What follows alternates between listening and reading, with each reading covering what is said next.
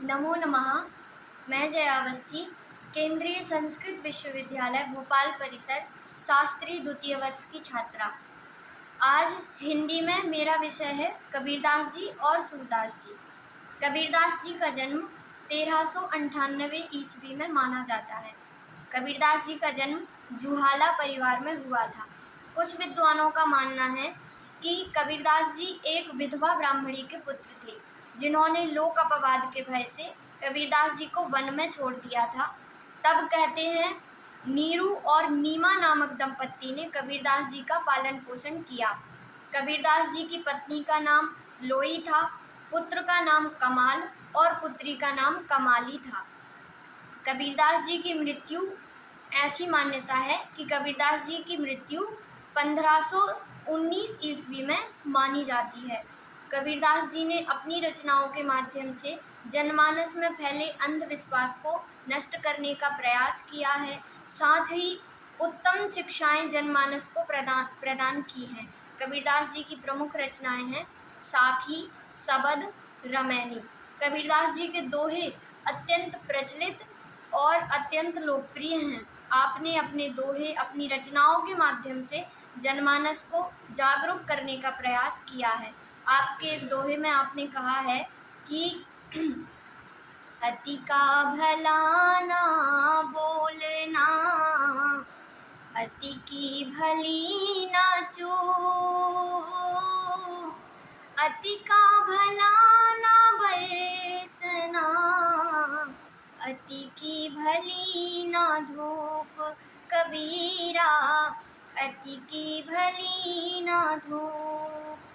अर्थात ना तो अधिक बोलना उचित है और ना ही अधिक शांत रहना उचित है। इस प्रकार की अनेक उत्तम शिक्षाएं आपने अपनी रचनाओं के माध्यम से जनमानस को प्रदान की हैं।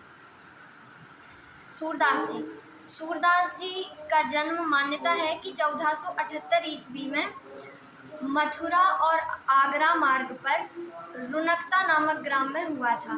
लेकिन कुछ विद्वानों का मानना है कि सूरदास जी का जन्म दिल्ली के पास सीही नामक ग्राम में हुआ था। सूरदास जी के पिताजी का नाम रामदास सारस्वत था। सूरदास जी की मृत्यु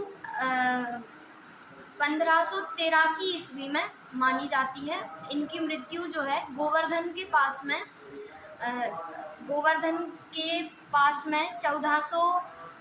1519 ईस्वी में गोवर्धन के पास में परसौली नामक ग्राम में हुई थी। सूरदास जी के पद, सूरदास जी के सवैये, सूरदास जी के दोहे, उनकी रचनाएं अत्यंत प्रचलित हैं। सूरदास जी की प्रमुख रचनाएं हैं सूरसागर, सूरसारावली और साहित्य लहरी। सूरदास जी भक्ति मार्ग की शाखा के प्रमुख कवि माने जाते हैं। सूरदास जी ने अपनी रचनाओं में भगवान कृष्ण की लीलाओं का वर्णन अति मनोरम रूप से किया है। आपके एक पद में आपने गाया है कि सुन मैया मोरी मैं नहीं माखन खायो, सुन मैया मोरी मैं नहीं माखन खायो, भोर भई गैयन के पाछे मधुबन मोही पठायो, सुन मैया मोरी मैं नहीं माखन खायो। इस प्रकार भगवान श्री कृष्ण की बाल लीलाओं का वर्णन आपने सूरदास जी ने अपनी रचनाओं में किया है। सूरदास जी और कबीरदास जी दोनों ही हिंदी साहित्य जगत में विशेष महत्व रखते हैं। दोनों का स्थान बहुत महत्वपूर्ण है। आप दोनों ही श्रेष्ठतम और महान कवि माने जाते हैं। धन्यवाद।